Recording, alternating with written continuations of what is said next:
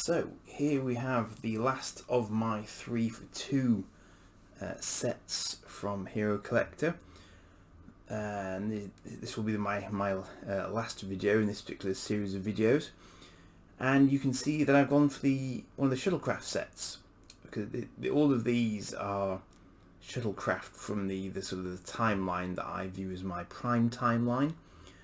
And this is quite interesting because they're right at the opposite ends of the timeline, really, because we have a little work bee, which I think people have always really liked, simply because it was not grey. It's yellow. And in fact, many other shows, Babylon 5 included, have used yellow as the colouring for their sort of ancillary maintenance craft. And so I think we see this little guy scuttling around Earth's space dock, moving various bits and pieces around to get the ships ready to go.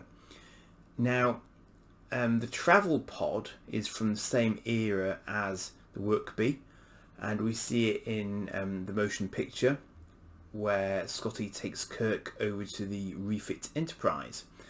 And I think what I always liked about the little work bee was that it did exactly what not the work bee, the travel pod. It does exactly what it says on the tin. It's a pod, and you travel in it, and it has this rather lovely docking functionality, whereby on the rear of it there is a circular sort of mating ring, which slots straight into the appropriate recess on the Enterprise or the space dock sort of terminal hub, and just locks in there, and that's it, and you've been moved from A to B. Now, I know what you're going to say. Why don't they just use transporters to go from A to B? Because, ladies and gentlemen, if they transport from the terminal to the Enterprise, you don't get the gratuitous minutes-long beauty shots of the Enterprise, with the travel pod flying past and around and about and until it finds a suitable airlock to dock at. So basically, it's completely gratuitous and pointless when they've got transporters, but what the hey. So there you go. Now, if you've seen my previous unboxing of one of these, you'll know that inside this large box, we actually have 4 smaller boxes. And that is the way in which these Shuttlecraft arrive, which is, it's very nice, because you get a lot of bang for your buck. You would easily pay what you pay for each of these individual sort of little ships. You would easily pay it for the total price of the set itself. But as is always the way with me, I managed to get this for a discount overall. So I haven't paid full whack for any of these, and that is obviously my preference, because I'm not made of cash. So this is that's the optimum way for me to expand my collection. Now, the only downside to the 3 for 2s is that the range on offer in them is always finite. So you either hit it lucky or you don't in terms of what you've already got. But fortunately, on this one, I hadn't got this set, and it was within my timeline, so it was justifiable. And you'll see that on top of the actual models, you get little mini magazines to go with them. All of which will be, I won't flick through these now for the sake of time, but they're all there. I have a stack of these that I have not found the time to just sort of sit and look at. But let me crack through these boxes and get them out, so I can show you to them individually. Now, this is the Argo. Now, I think that this is a Star Trek.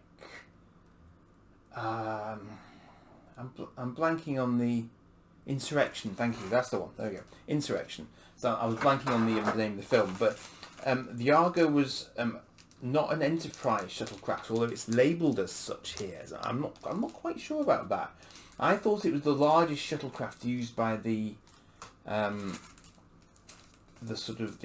expedition team as their shuttlecraft. Maybe it was carried there on the Enterprise. I'm not sure, but you can see you get these nice okudagrams which are very cool. To be honest, I've never actually set them up, and you also get these two little black plastic pieces to make a stand out of them. It's the sort of thing that would merit its own display, really. I haven't really set up my display at home to cater for that sort of thing, because I didn't know about it until I got my first shuttle set, so my overall setup didn't really allow for them as a concept, but I may have to amend that in due course. What I really liked about these was that, actually that one's quite plasticky, ironically, but that's the Argo there. So they're very nicely detailed for their size. I've always been impressed with the amount of detail that they're cramming in there for such small craft. But again, they are virtually the size of the standard smaller size of Eaglemoss Star Trek models. So I do think they're not unreasonable value for money, even though they do come out there.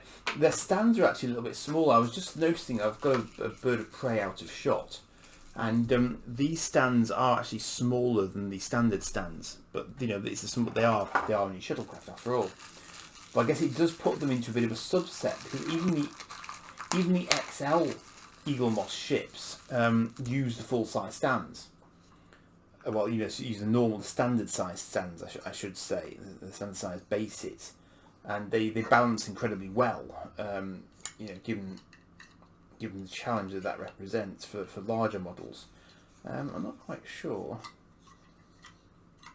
where this is supposed to sit in the grand scheme of things, but I might need to look at the magazine, I think, to see whether or not I've got that orientated correctly. But you can see that's a classic flat stand, so it'll just sort of sit on top of that quite happily. And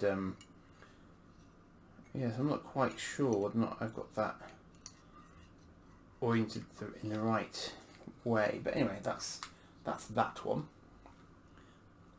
So I'll try and see if she'll bounce there a little bit. Okay. Now, this is a more standard looking shuttlecraft from the Sovereign class Enterprise 1701E. There's its okudogram. So you can see that's much more standard, sort of outslung nacelles kind of type. No wings on this one, just the nacelles, which is what you'd be used to seeing on this sort of ship. Let's get this open. Now, this, as I recall, ends up in a bit of a scrap with the Argo, which is piloted by a slightly bonkers Data at the time. And Picard and Worf go after him using this shuttle. It was quite nice. It's got quite big nacelles for a shuttle. It's nearly a runabout kind of size, but if you can see that airlock on the top there, that's the airlock that they use to get up and underneath the Argo, and they sort of latch on underneath the Argo. Then the ships end up going into a bit of a sort of spinny thing because they're latched together.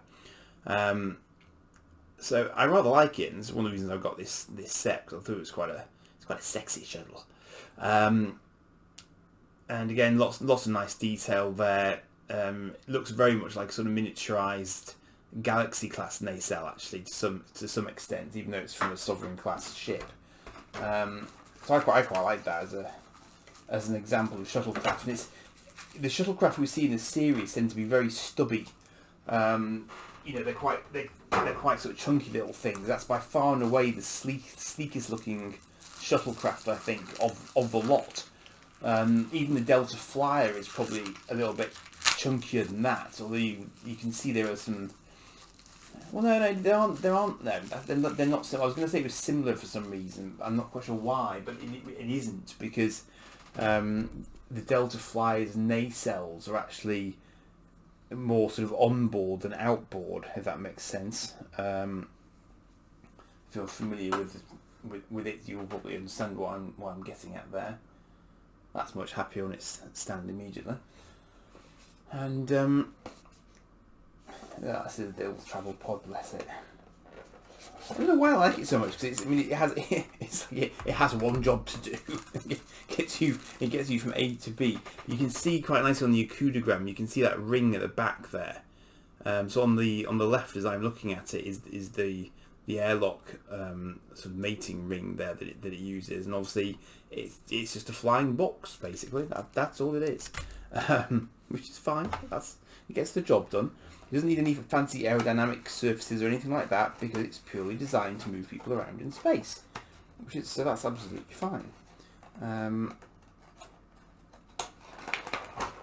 In irony, had they used one of these to get people onto the Enterprise in the motion picture, they wouldn't actually have lost their original science officer.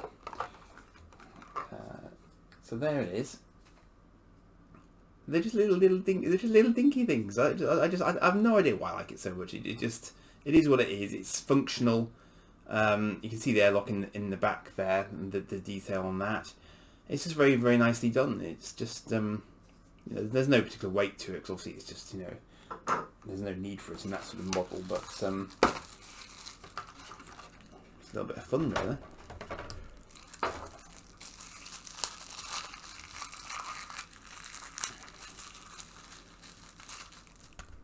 I think there are people who have set out to collect all of these Shuttlecraft sets. I wouldn't even care to say how many there actually are. I'm guessing about 8, but they are they would be pricey. I mean, they're no more expensive, I suppose, than the really sort of high-end XL ships.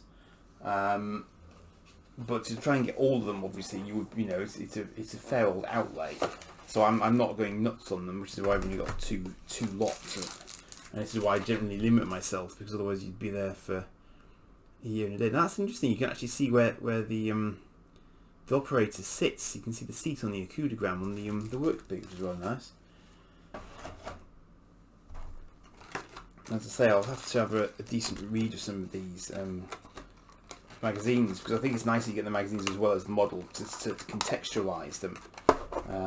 That's just it's a nice to have. Although, as I've mentioned on some of my earlier videos this week, the magazine seems to be disappearing from the Aliens ones. Not that they've had much to speak of in terms of the magazines, but some of the earlier ones did at least get a little leaflet and a certificate of authenticity.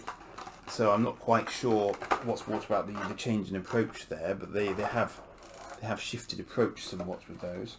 Here's the work boot, bless it. There we go. There she is. Oh, you can actually. Oh, yeah, you can see the seat inside. There's no one in the seat, but you can see the seat. And there are windows there. It's not open, in case you were wondering, because I had cause to. You can see there the reflection. I had cause to question there for a moment myself, and not there were windows there.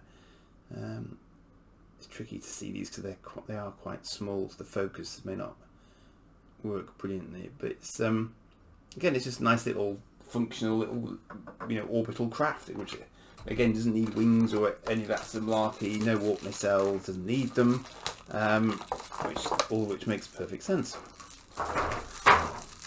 Apologies.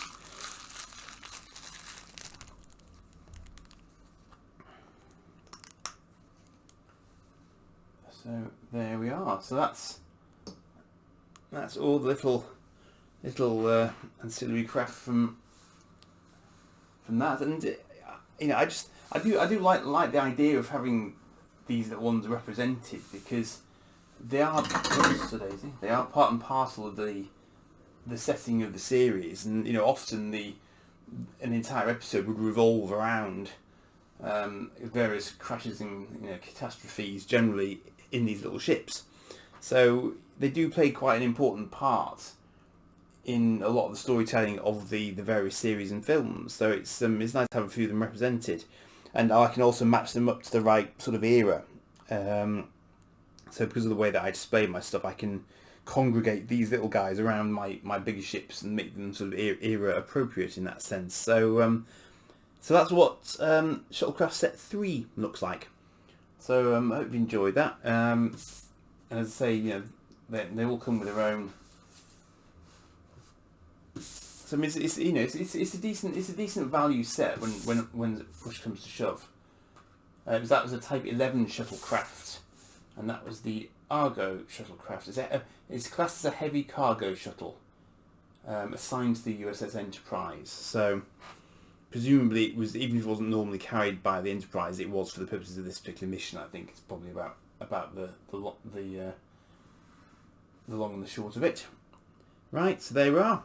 Thanks very much for watching. I'd say that's the last in this series for the time being, I think. There are other ships I would like to get.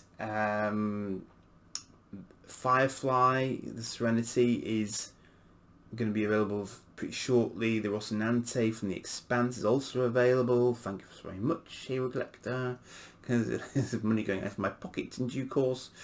I'm trying to think if there's anything else particularly on my list at the moment. There's also an XL Prometheus, which is a Star Trek ship. That was the variable attack vectors one, if you recall, the one that splits. I have a small one of that. The big one looks very nice, but I'm really running out of display space, so I need to think about that one. But it would definitely be rude not to have a Serenity, and rude not to have a Rocinante, because I think of all this series I've watched recently, The Expanse has been by far and away one of the best sci-fi series I've watched, and certainly of the modern era. I think it's a really, really nicely done series. It's just a shame it seems to have been cut somewhat short as compared to the books, which I own but have not yet read, but I will get to work on that at some point. So thanks for watching, and I'll see you for another one at some point. Cheers for now.